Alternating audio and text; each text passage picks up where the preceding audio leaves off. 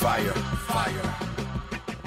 This week on the Pete the Planner Show, we talked to a nice lady named Laine who's trying to figure out how do we make ends meet with high daycare costs, and what do we do when those high daycare costs end, and where do we put the newfound old money? She joins us now. Hello, Laine.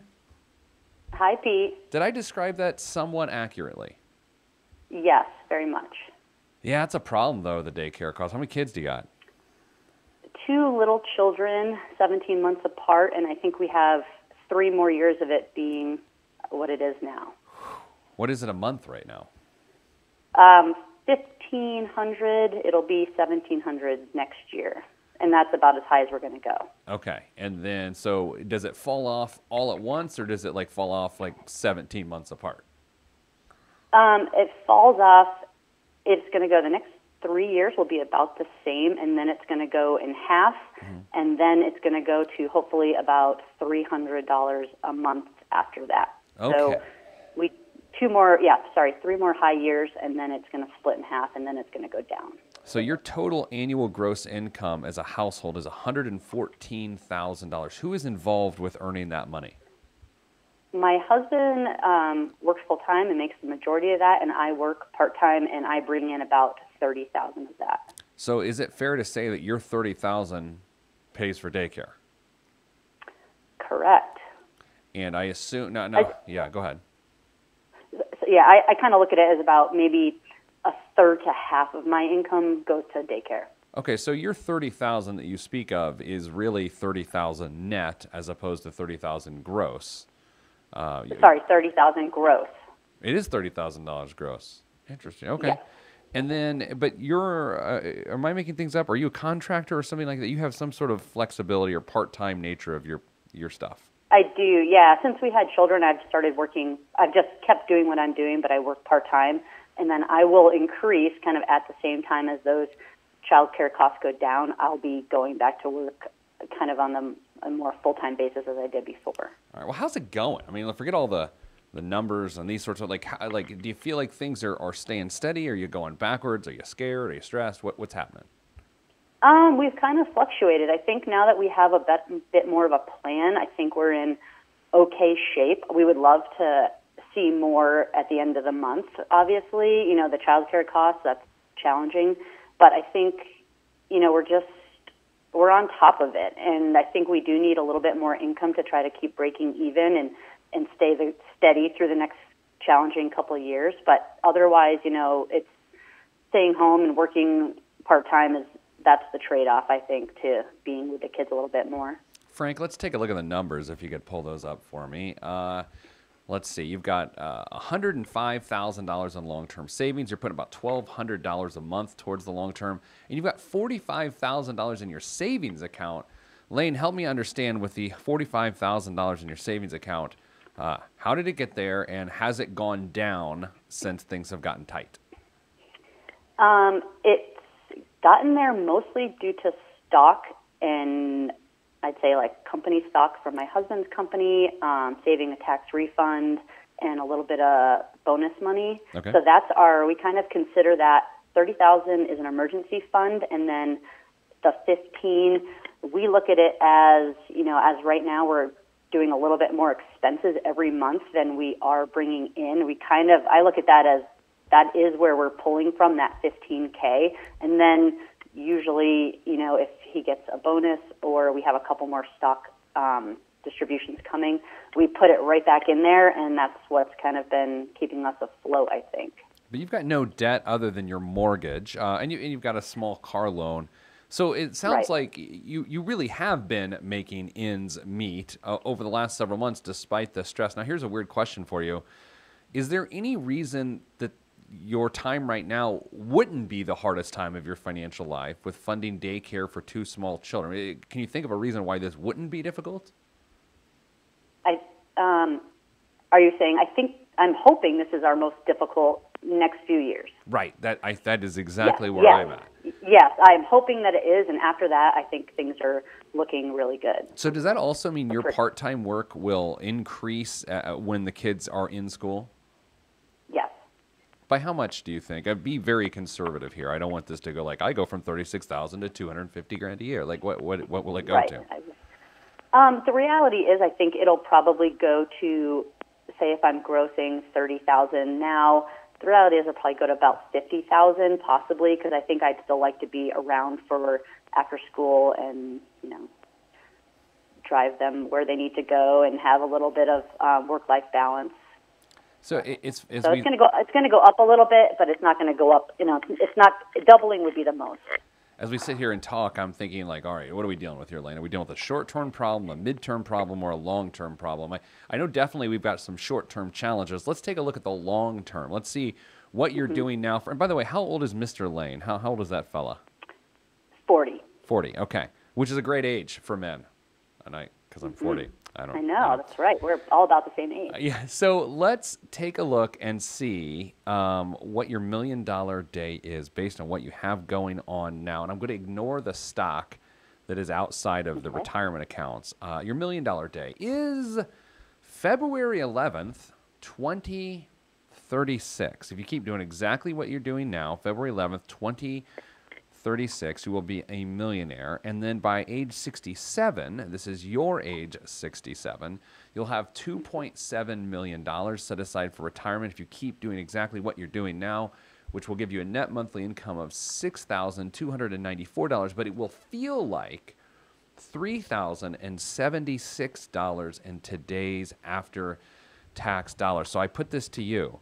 Could you survive right now on $3,000 a month without childcare expenses? Absolutely not. We don't want to, which is why we're calling in. Okay. So if the premise of the beginning of this portion of the segment was we think we have some short-term challenges, are you now suggesting, Laine, that we also now have some long-term challenges? Well, I think, actually we are almost now surviving on that amount, but it's really tight, so we don't want to survive on that in retirement. Okay. Do you plan on having a house probably payment in retirement? No, we hope definitely not to have a house payment. Okay, so let's subtract that. You're paying about $1,600 a month in a house payment, and you're paying we'll call it $1,700 a month in daycare. So that's $3,300 a month less that you will have in expenses in retirement, and you make $6,300 a month now. So, I mean, we really are right on the nose at that $3,000 a month. Right. But the issue is you would also have Social Security, which would probably be, between the both of you, $2,500 in today's dollars. I mean, you're talking about actually in this moment right now as we stand, if you never got a raise again, you're in decent shape for retirement, I have to admit. Okay. I mean, good to hear. It's all relative to, clipping along at an 8% rate of return, which shouldn't be a problem over the 29 years we've got you projected to earn that money. Let's look at the midterm. So what are some midterm challenges that you have? Well, we have college costs, of course, and then we have home remodels. We are planning to stay in the home that we're in now, which is the first home that we've ever owned, but it does need some remodeling. And do you plan on using any of that $45,000 in savings for the remodel? No, we don't, because we want to keep the emergency fund. That makes me comfortable with that where it is. But we do have, if that stays steady and we don't pull from it, then what might come down the road would be used for remodeling as well as hopefully increasing college savings. And you say increasing college savings. Is there any college savings right now? There is. There's $4,500 between the two children. And how old? You said they're 17 months apart. How old are they? They are 2 and 3.5. Okay. 2 and 3.5. So we've got plenty of time there. Do you have the money established in 529 plans and Roth IRAs? Like, what's the money set aside into? Well, both, actually. So we recently started 529s, but what I was doing before, which is probably I was a little bit misinformed, is starting Roth IRAs for them at a really young age, and I heard being self-employed that had some benefits, but I think that was jumping the gun. Yeah, it's a little, it's unusual to do that, that's for sure. Mm-hmm. And then... So now we are in 529s. So how old, you and your husband will be essentially I'm sorry, I'm just doing the math on the fly here. 55, 53 when your second child gets to college, right? Yes.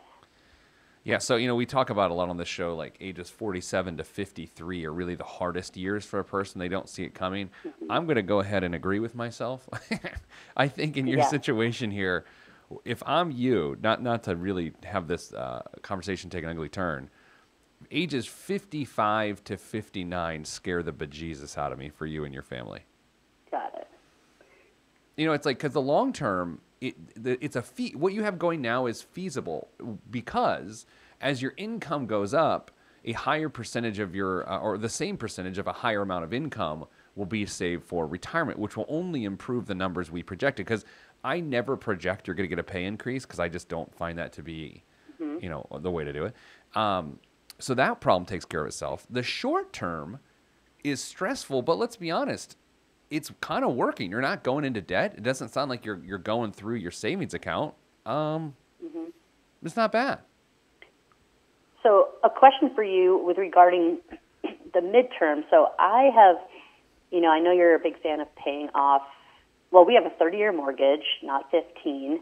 The rates right now, though, I think we have a lower rate than you might even be able to get on a 15. But if we were to try to channel a little bit more money towards our mortgage, paying it off before those college years, is that something we should try to consider? I think what that would do, though, if I've done the math right, is we'd have to it's out of our range right now, putting $800 extra a month towards the mortgage. So obviously we can't do that, but maybe in 4 years that might be a possibility. Yeah, I think what you would consider in 4 years is potentially doing that, and then really measuring that 4 years from now. Do you take the entire $1,700 or so that frees up from daycare and put that towards college, or do you take that $1,700 and go to pay off your mortgage, that additional $1,700? Now, the college thing definitely limits you from the standpoint of, well, what if one or both kids don't go to college, or there's another funding mechanism there via scholarship or something? The paying off the home thing, whereas you're going to get a better return on your money probably in the market than paying off a low interest loan. It gives you a heck of a lot more flexibility when you free up that cash flow. Not only would we be freeing up $1,600 a month of the payment, but if you're paying another $1,500 to $1,700 a month, you're really freeing up about $3,000 a month in cash flow by the time your kids graduate from high school, which is amazing because then you can really cash flow college. So I don't know. I mean, this is not a decision, if I were you, I would make right now today as we stand here and sit here and talk. I would probably begin to make that decision 4 years from now. But I think that you could make a serious run at that. Okay. It's interesting. I agree we can't do it now, but it is something I've kind of tried to play the numbers a little bit. I guess the key is you basically said to me, yes, you're going to improve the home you're in, but that doesn't necessarily mean you're going to increase your lifestyle. I mean, I don't want to put words in your mouth, but do you find that to be true? Yeah, that's correct. And it doesn't appear, based on your other habits of how you've taken on debt or not taken on debt, I should say, that seems like something you want to do. If you can just live within your means, increase your income personally, like things are looking really good. It's just that 15 years is, again, terrifying to me in your situation. 29 years does not scare me at all. Tomorrow does not scare me at all. 15, I'm sweating. Okay, so what can we do? Well, I think what you do, you just don't increase your lifestyle right now. You don't take on a bunch of debt for the home remodels. And really, it's weird, right? It's like, well, what can I do now? I think what you can do now is to resolve to make the right decision 4 years from now. That sounds so stupid, though, right? Doesn't it? It's like, what can I do now? Nothing. Wait for 4 years to do something right. And I mean that. But let's look at it this way. What could go wrong right now? You got, job loss is always something that can go wrong. Is that something that you or your husband would fear based on the professions you're in? No, not really. And, if that were to happen, then we would be, we have some savings in place which would help that, and we would obviously, well, for one, we would have to lower those child care expenses if one of us was out of work too. So we don't worry about that too much, thankfully. And are you in a real estate market that I think from looking at your area code, you're in a very hot real estate market. So there's no reason to think that it's going to fall off anytime soon either. Correct. Correct. I would assume that the phone number we called you at is the area code in which you live. Is that fair to say? Yes, it is. Okay, yeah. I mean, that's one of the hottest real estate markets in the country. So, Mm-hmm. what about life insurance? That's always a fun topic. Yes, so we have life insurance. We have, my husband has 550,000 20-year term, and I have 500,000. Yeah, I would say you guys are probably a hair short. I mean, nothing to lose sleep over, but if I got to rebuild your financial life, I would probably take him up to 750, which he could probably add another 250 more on 20 years instead of recasting the entire amount, and that would only cost him probably $40 a month, depending on his health. In a perfect world. Okay. What about legal paperwork? Have you done a will? Yep, we did all of that prior to having children. See, so that's excellent. in good shape. Do you have to worry about being the caregiver for any other adult dependents? Parents? Hopefully not. We don't know for sure, but I think our parents they're in good health now, and I think they're in pretty good financial shape too. So that's not too much on our radar. Nice. Yeah, so your situation's really interesting because it sort of masks itself as a short-term problem, but it's not. It's just stressful. I think sometimes being forced to watch the bottom line feels like a bad thing, but you're doing it really well. Like it's just stressful. Okay. The long term is better than you think because the way your income's going to increase and the percentages of what you set aside for retirement will stay the same, yet more money will go into retirement. But yeah, it's that midterm. I didn't think this coming in. This one sort of tricked me. Well, that's what I was wondering what you were going to say about it, actually, because I think that's sort of where midterm, I think, is the harder one for me to focus on. So it is. It is the hardest one. Yes. So I do have a question about, so with potential, I think everything's potential, so we never count on it, but, a possible bonus, which is, it's, say $10,000. We're not talking about a ton of money, or possible stock as well would be about $10,000. Going forward, we do have some of that's going to be guaranteed, we know, but what would you think would be the best place for us to kind of divert that money? Well, based on what you've told me, I would say it would go to the house remodel. Okay. I mean, again, I don't think you should throw big chunks of money at the mortgage. I don't think that makes sense. Right. I also don't think throwing big chunks towards college at this point makes sense because you're going to have some alternative funding options there with potentially having your house paid off.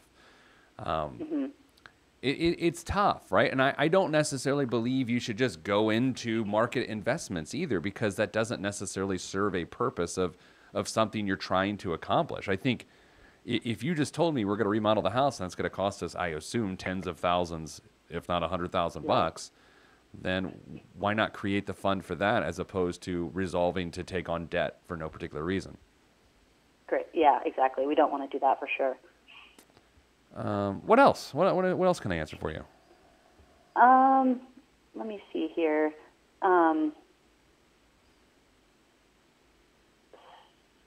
Okay, so you've answered. I've got a little list of questions for you here, but you have been answering them. So I think it's tricky. I was on track with what you came up with for the $1 million day and retirement, but do you have any projection of what, for what our expenses are now and staying debt-free other than mortgage, that kind of thing? Is there a number that we should be looking at to have a goal for retirement, to retire with X amount of money? Yeah. I know that's a tricky question because it depends on lifestyle. But. It's a little tricky. I mean, if you think, we can kind of reverse engineer it here. Hold on, I'm going to do this. If we, let's say we take you, well, it has to do with what do you want in today's dollars, right? What do you want in today's dollars to have available for you in retirement? I think between what you have in the, what you will have, which is about $2.7 million, and Social Security, you're going to have $5,500 a month in today's dollars in retirement with no mortgage payment and no daycare costs. So that would be significantly more than what you're living Yeah. on right now. So I don't know. I mean, that doesn't answer your question, but at the same time, I don't feel like you're off of your funding goal. I think you've got pretty much the right number. Okay. So so we should, instead of increasing that, would you say that we should keep an eye on that midterm? Yes. And Okay. you're going to increase your long term by getting a pay increase, right? I don't think you or your husband has to say, let's crank it up another percent. Let's crank it up another percent. Although it wouldn't hurt you. I think again, a 5% raise. If let's say he makes $100,000, which he doesn't, but let's say he made $100,000, a 5% raise takes you to 105. But then if he's taking 5% of the 105 to go into his 401k, then it's going to systematically increase that $2.7 million pretty easily, you know? Okay. Yeah, good. Like let's just say Okay. you're putting $1,500 a month towards retirement. You go from $2.7 million in assets to $3.1 million in assets. I mean, a $400,000 increase by putting only $300 more a month away. So again, those pay increases are going to add up fast. And frankly, and this is the dumbest comment I've made on the show in probably 3 years, the sooner that pay increase happens so that money can start compounding for the future, the better. But it's not like you, I, or him gets to control that. Right, exactly. I told you it was the dumbest thing I've said. That's probably not the dumbest. I've said so many dumb things. That one's not even too bad. No, that's good. It's good to hear. It's good to see this kind of laid out a little bit more. You know, here's what I recommend, because here's what I assume you're going to translate some of this conversation to your husband because he's not part of the conversation. You'll let him listen to the podcast. Here's what I think you should do together is sit down with a piece of paper, write your ages, 48 and 30, or 40 and 38, 41 and 39, like just like that across a piece of paper on a timeline. And then what you do is you look at when you're those different ages through your kids graduating from college, like what is going to be happening? What are your potential needs for money? Because the way I look at it, your husband will be 55 and you will be 53 when you first need a hell of a lot of money. And then your husband will stop needing money for college around 60, 61, and you will be 59, and then retirement is just 6 years later. So it's that timeline mapping to help you understand that your short term is not the issue, and this is how you can see it on paper by seeing the numbers of saying 55 to 61 are just going to be hell. Okay. I mean, that's We'll my life. We'll be prepared at least.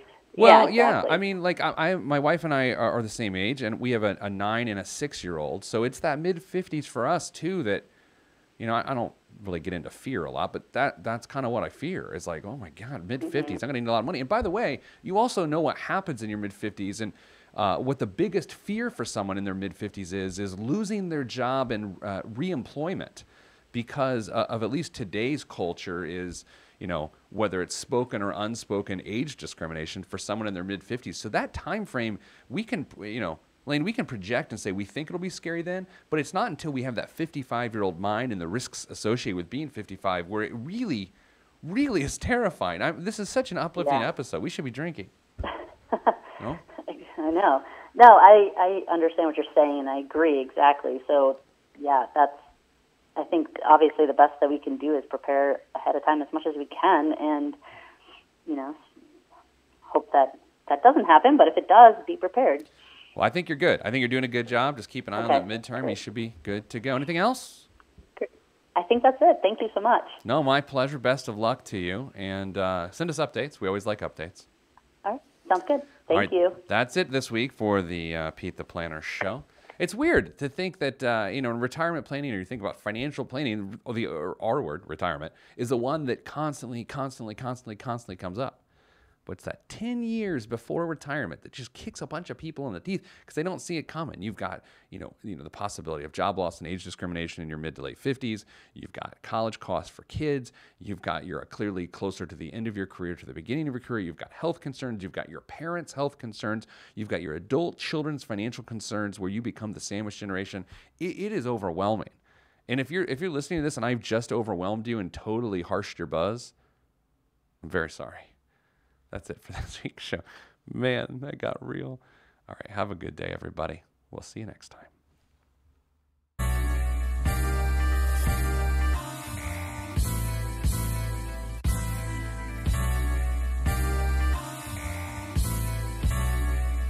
This is where I came from. Planet Lovetron, where we drop love bombs, funk missiles, and live in soul shelters. No helter-skelter. The heat don't swelter because everybody stays cool. Left many moons ago to bring the philosophies of my ancestors to another place, God. Picked the third rock, gave me to my earth family, and told me to create, and so I am. Pen in my hand, microphone on the stand. Over vinyl, I command and demand magnificence in an instance. I can make you dance, cry, or love. Fly as a dove, released from Everest. The fresh is fresh, and you can call me E.T. Word to John Tesh. Let me bless this harmonic presentation. It's amazing, so amazing. I'm the reason. Salutations, I bring you Lovetron greetings from a faraway land. I am the soul controller. Put the remote down and let me take control. You're now a part of my zone, so enjoy yourself. Lovetron can restore your health. I bring you greetings, salutations. How you doing? And is that how y'all say it? The tinkling of the keys is an homage to the little star. I sojourn over poetic descriptions of sound and travel to my other world. Out of this world, spaceship on my arm took me home, fueled by the ink and the megabytes and the hypertext transfer protocol, stronger than the Skynet and the Terminator. I push faders into warp speed, glide with ease, creating a breeze they call a black hole. Event horizon, no rear view concerns. This I adjourn, in beats I burn. This I adjourn, in beats I burn. Salutations, I bring you Lovetron greetings from a faraway land. I am the soul controller. Put the remote down and let me take control. You're now a part of my zone, so enjoy yourself. Lovetron can restore your health. I bring you greetings, salutations. How you doing? And is that how y'all say it?